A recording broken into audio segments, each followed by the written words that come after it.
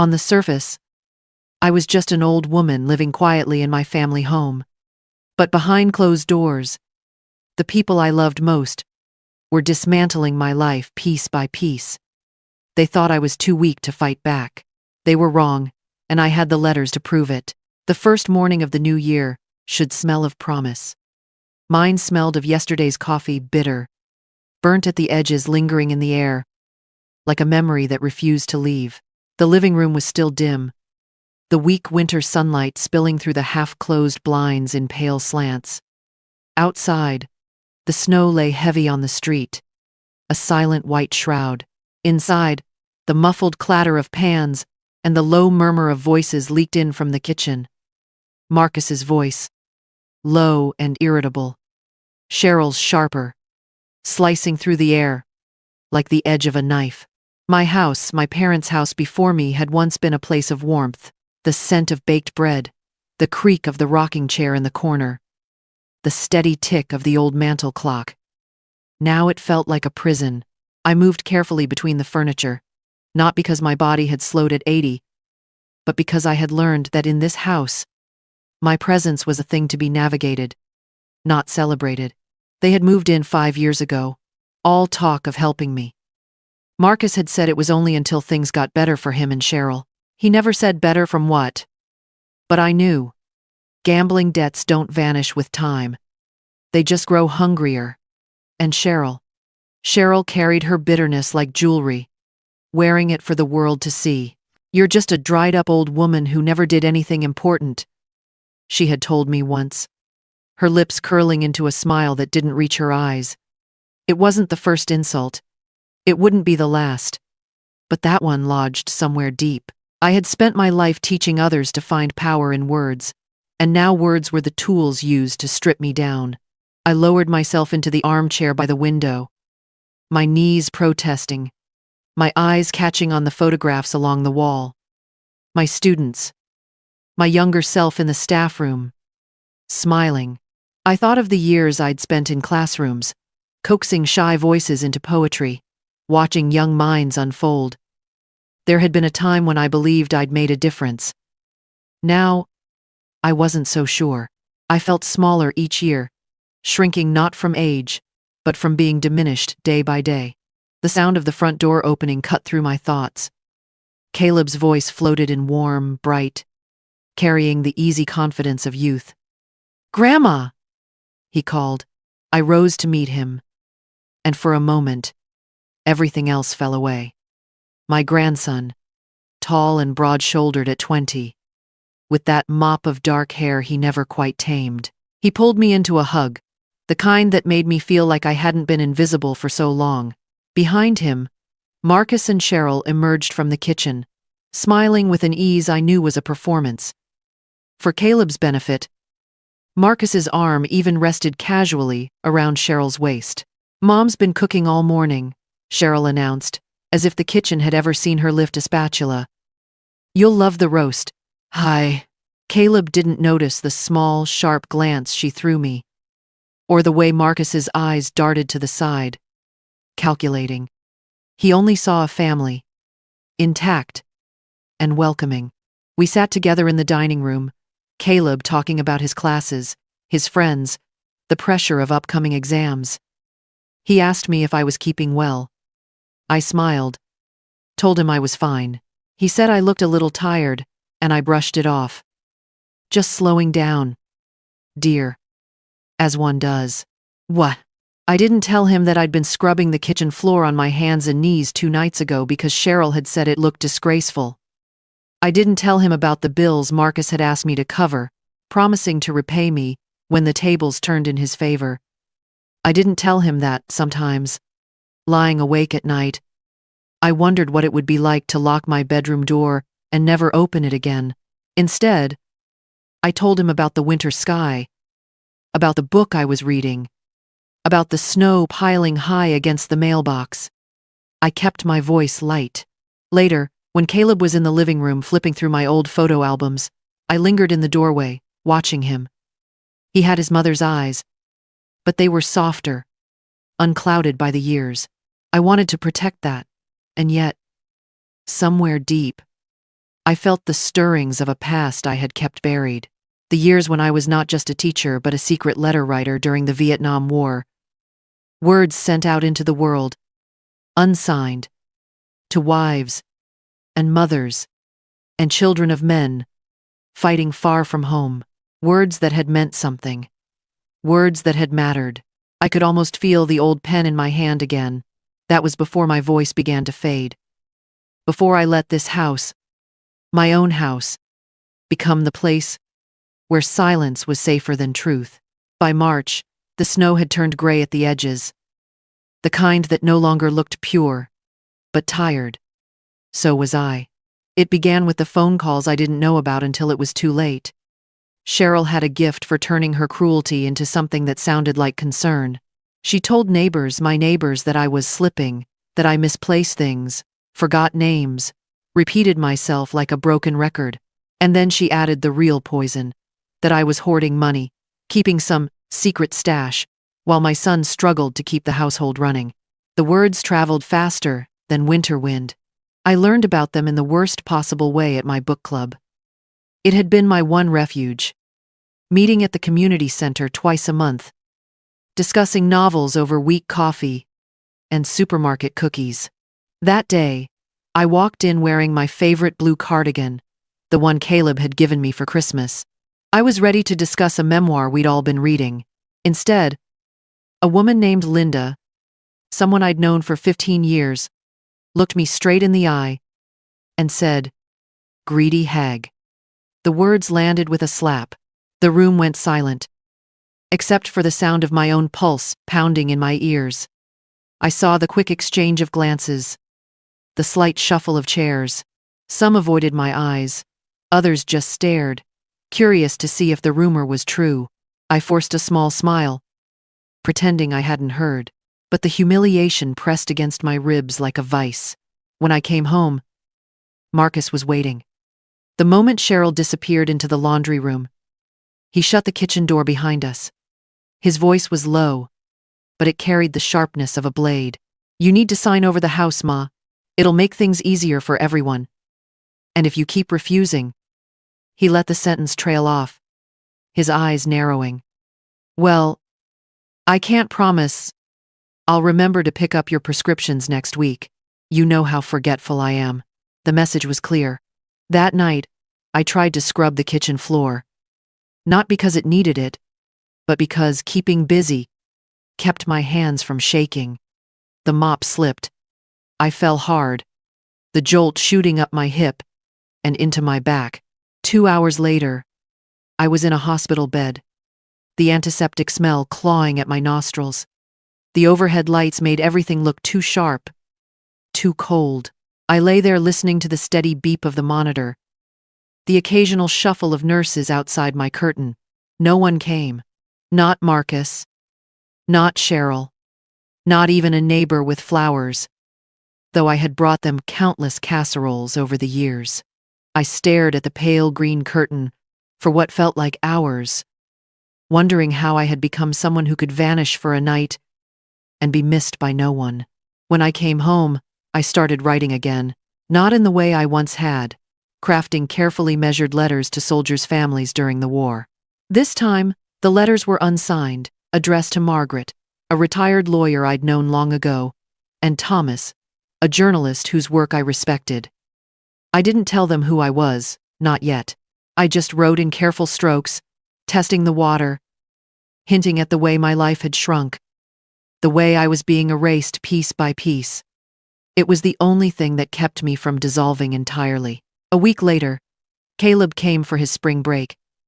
He bounded in with the same easy smile, hugging me so tightly my ribs ached. And it was only then he saw the fading bruise on my arm. "What happened, Grandma?" I felt the pause between his question and my answer. Cheryl appeared behind him before I could speak, tossing her hair and laughing lightly. Oh, she's always bumping into things. Clumsy as a cat in a room full of rocking chairs. Caleb frowned, but I smiled. "She's right, dear. Just me being silly." It was a lie. But it was the kind that kept his eyes free of the shadows I'd learned to live with. By June, the air in the house felt heavier. Summer had a way of making everything close in the heat, settling in the corners. The faint smell of old wood and damp fabric that no amount of open windows could chase away. It happened on a Tuesday afternoon. I had gone to the library to return a stack of books and print a letter I didn't dare send from home. When I came back, the air inside smelled faintly of cigarette smoke, though no one in this house had ever smoked. My stomach knotted. In the living room, Marcus was standing by my desk, drawers pulled open, papers scattered like leaves after a storm. His eyes were sharp, his breath quick. In his hand was one of my letters, one I had written to Margaret, still unsigned, folded neatly. "What is this?"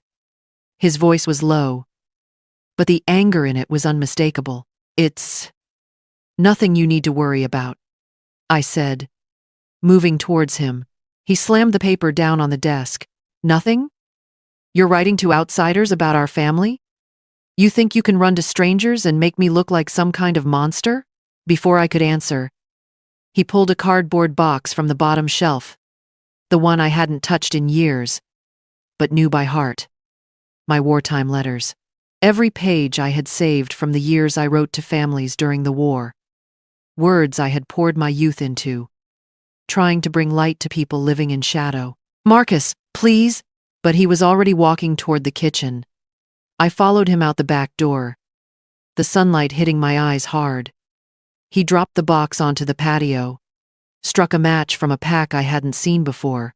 The flame caught quickly, the dry paper eager to burn. The smell was immediate, sharp, bitter, with a sweetness that turned my stomach. Pages curled and blackened. Words I could still remember by heart, lifting as ash into the summer air. I wanted to reach in, to pull them out, but the heat drove me back. My life's work, the proof that I had once mattered, gone in minutes. I stood there until the fire died. The box, nothing but charred edges. Marcus didn't even look at me as he stepped past. What he didn't know, what neither of them knew, was that I had digitized my most precious letters months earlier. They were stored on a small USB drive tucked inside a thick, dusty dictionary on the bottom shelf of my bookcase. I had kept it there for safekeeping, almost as if I'd known this day might come, but the loss still hollowed me out. I moved through the next days in silence, my hands busy, but my mind fixed on those ashes. Cheryl's gossip had only grown meaner. At the grocery store, the cashier didn't greet me, just scanned my items with the bored efficiency of someone serving a stranger. 2 women from church turned away before I could speak. My world was shrinking by the week. I decided I wouldn't vanish quietly. The next morning, I mailed 2 thick envelopes, one to Margaret, the other to Thomas. The letters were still careful, still unsigned, but I gave more detail this time, enough to paint a picture without handing over my name. A week later, Caleb came home for summer break. The heat clung to him as he walked in, a duffel bag slung over his shoulder. I was in the kitchen when I heard it. Cheryl's voice, high and mocking, drifting from the living room. She spends all day writing her stupid letters, like anyone cares what she has to say. Marcus's voice followed, louder, sharper. She could end all this if she'd just sign the damn house over. But no, she'd rather play martyr. I froze. Caleb was standing in the hallway, just out of sight, his brow furrowed. He didn't say anything then, but I saw the shift in his eyes later at dinner, the quiet suspicion, the way he watched his father's hands as he spoke. He didn't yet know the full story, but he was beginning to see the cracks. And cracks, I thought, can be widened. By September, the air had turned crisp again, the morning smelling faintly of wet leaves. I was folding laundry in the living room when the knock came. When I opened the door, Margaret stood there.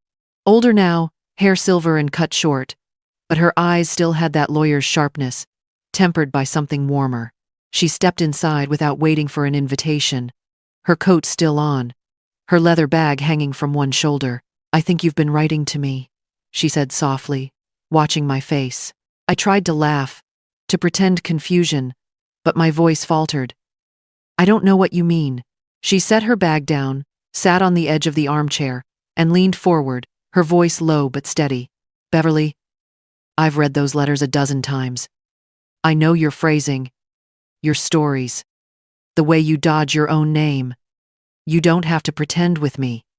For a moment I held my ground, and then something inside cracked. The words poured out, not everything, but enough.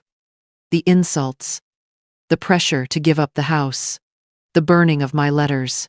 My voice shook, and my hands wouldn't stay still. Margaret listened without interrupting. When I stopped, she reached for my hand. You have options. I'll keep your confidence if you want, but you can't go on like this. You deserve better. I nodded, though my chest felt tight. The idea of action was both a lifeline and a noose.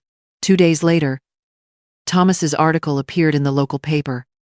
It didn't name me, or Marcus, or Cheryl, just a piece about elder abuse in small towns, told in a way that made it impossible not to recognize the truth if you were close enough to it.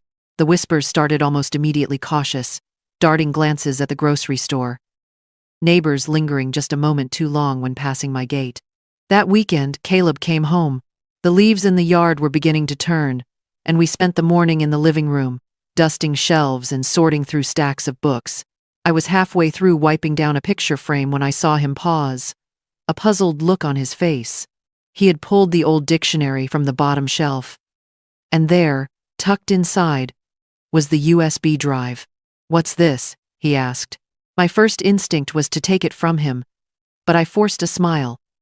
Just some old files. Nothing important. But curiosity is a powerful thing. He carried it to his laptop, plugged it in. I busied myself with the books, my heart pounding as I heard the faint click of files opening. It was silent for a long time. Then, Grandma, I turned. His eyes were wide, scanning the screen. The wartime letters were open first, those pages full of hope and comfort I had sent to strangers decades ago. But he had also found the recent ones, the careful records of insults, the dates of threats, the description of the day Marcus burned my past. He looked at me, his face pale. Is this true? Before I could answer, footsteps came from the kitchen. Marcus and Cheryl entered, their voices bright, with false cheer. Caleb stood, turning on them. You've been treating her like this?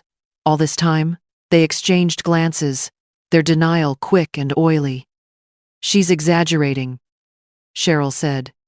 Marcus added, You know how she gets. I didn't speak. My eyes were on Caleb, on the way the trust was leaving his face, replaced by something sharper. That night, he came to my room. Saturday, on the edge of my bed, his voice low but certain. You're my hero, Grandma. I'm sorry I didn't see it before, but I'm here now. We'll fix this. Relief washed over me, but it was tangled with fear. I had pulled him into the shadows with me. And once you've seen the dark, you can never quite unsee it. By November, the air had turned sharp, the kind that bites at your cheeks as soon as you step outside. I wore my heaviest coat to Albany that morning. The courthouse was colder, still not in temperature, but in atmosphere. I sat on a hard wooden bench outside the courtroom, my hands folded tight in my lap. Margaret sat beside me, calm as a still pond. Caleb was on my other side, his knee bouncing under the weight of his restlessness. When we entered, Marcus was already there. He didn't look at me, his eyes fixed somewhere beyond. Cheryl, though, met my gaze. She gave me the smallest of smirks, a glint of something like triumph, flickering in her eyes. The proceedings began. The judge's voice was steady, the rhythm of legal terms, both foreign and familiar. A language that felt like it belonged to someone else's life, not mine. Margaret laid out the case with precision. She presented my medical records, showing the neglect after my fall. She brought forward the letters, my words, read aloud in a courtroom where every syllable felt heavy, and then Caleb took the stand. He spoke with a steadiness that made my throat ache. He told them about the day he found the USB drive, about reading my wartime letters first, and then the recent ones. He described how I had changed over the years, the tiredness in my eyes, the way I moved more quietly in my own home, the way I spoke less. He looked at the judge when he said, "I didn't see it before. I wish I had. But I know it now." Marcus kept his gaze fixed downward. Cheryl whispered something to her lawyer, her lips tight. When the judge announced that my assets would be frozen to prevent further exploitation, I felt a wave of relief. Not joy, not yet, but the loosening of a knot I had carried for too long. It wasn't victory, but it was the first step toward safety. Back at home that night, I sat at my desk with a pen in hand. I had made a decision. My savings, along with an unpublished manuscript, the collection of my wartime letters, intertwined with my new writings, would go to Sarah, a former student I had mentored decades ago. She had once been the shy girl in the back row, scribbling poems on notebook corners. When I called her, her voice broke before she said a word. She came the next afternoon, standing in my doorway with tears in her eyes. "You gave me my voice when I was young," she said, holding the manuscript to her chest. "Now, I'll make sure yours is heard." It was then I knew what came next. I could not stay here, surrounded by walls that had heard too many whispered insults, too many slammed doors. Rochester was calling a supportive community where I could live among friends who valued me, where my days could be about writing, not surviving. I walked through the house one last time that evening, my fingers brushing the furniture, the door frames, the edges of the photographs on the wall. The house felt less like mine than it ever had. And for the first time in years, that didn't hurt. I was leaving. And this time, it was on my terms. The first night in Rochester, I lay in bed, listening to the hum of the heater and the faint murmur of voices down the hallway. My own room, my own bed. The walls were painted a warm cream, the curtains a soft floral print. Nothing expensive, but everything chosen for comfort, not control. It felt unreal. For the first time in years, I didn't have to listen for footsteps outside my door, didn't have to measure my breathing so as not to disturb anyone. I could turn on the bedside lamp at midnight if I wanted, read until my eyes were heavy, and no one would knock to tell me the light bill was getting too high. The next morning, I joined the others in the dining hall. There were no suspicious glances here, no smirks disguised as smiles, just a table of people, some chatting, some quietly sipping coffee. A woman named Lorraine waved me over. She had a laugh that made the whole table lean in. By the end of breakfast, I had been invited to join the writing group that met twice a week in the small library down the hall.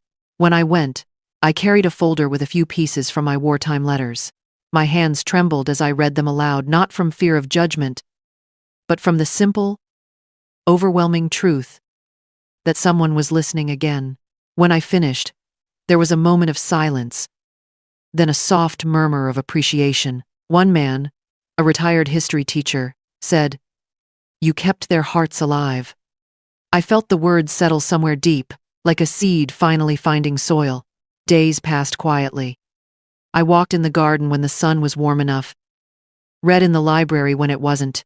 The air felt different here, lighter, as though the weight I'd been carrying had finally eased enough to let me breathe without thinking about it. And yet, there were moments when my mind drifted back to Marcus. Not the man he was now, but the boy he had once been, small, wary, looking for approval in places that never gave it. I grieved for that boy, even as I could not forgive the man. Compassion for his brokenness didn't mean excusing the way he had broken me. One evening, as the first snow began to fall, Caleb came to visit. He walked in carrying a paper bag with pastries from my favorite bakery. The sight of him, tall, smiling, cheeks red from the cold, made my chest tighten. Over tea, he told me about his classes, his friends, and then, almost casually, about the volunteer work he had started. There's a local organization that works with older folks, he said, stirring his tea. They help with housing, legal advice, just making sure no one goes through what you did. I looked at him then, really looked, and saw not just my grandson, but a young man who had taken what he'd seen and turned it into action. That's good work, Caleb, I said quietly. It's not easy, but it matters. He reached across the table, his hand warm over mine. I learned from you. You didn't give up, even when they tried to take everything. That's what I want to remember. That's what I want to pass on. We sat like that for a long moment. The snow drifting down outside the window. The room filled with the gentle hum of the heater. The past was still there, heavy, marked with betrayal and loss, but it no longer defined the space between us. When he left that night, I stood by the window watching him walk to his car, the streetlights casting a soft glow over the snow. I realized that while the scars would remain, so would the lessons. And the future, whatever it looked like, was still ours to shape. For the first time in years, I felt the truth settle in me, like a quiet promise. I was not just surviving anymore. I was living. December arrived with a thin layer of frost across the garden paths. I was sitting in the library, hands wrapped around a mug of tea, when the email came. Dear Mrs. Moore, we are pleased to inform you that Letters of Resilience has been accepted for publication. I read the words twice, before they truly sank in. My manuscript, the collection of my wartime letters interwoven with my recent writings, was no longer just mine. Soon, it would live out in the world, breathing on its own. The publisher had agreed that proceeds would go toward a scholarship for disadvantaged students. Just as I had hoped. It felt right.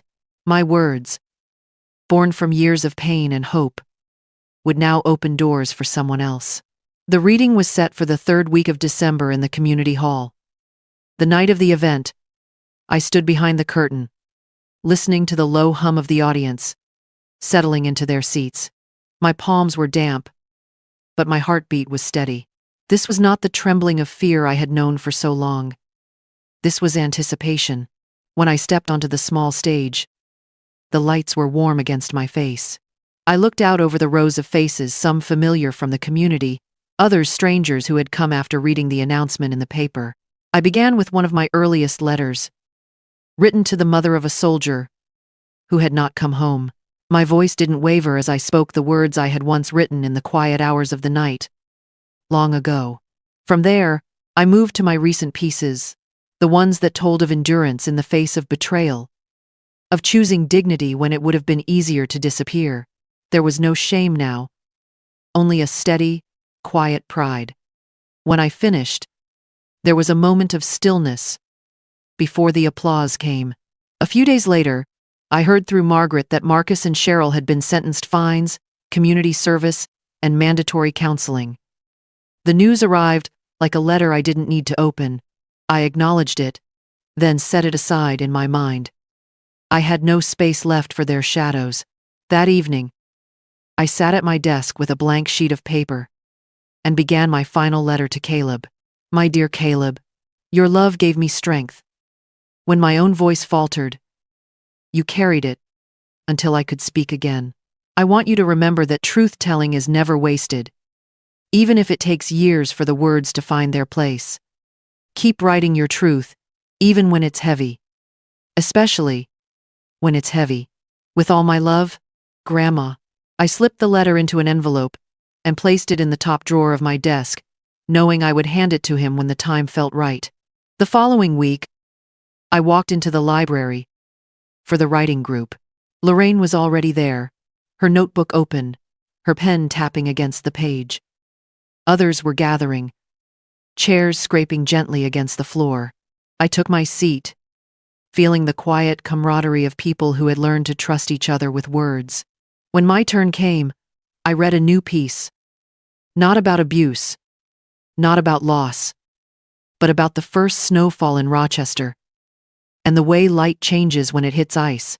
The group listened, and when I finished, they smiled. As I looked around the table, I realized I was no longer measuring myself against the years I had lost. I was not just the woman who had been wronged. I was the woman who had endured, who had chosen to speak, whose words now carried forward into other lives. I was, finally, defined not by the hands that tried to break me, but by the resilience that refused to let them.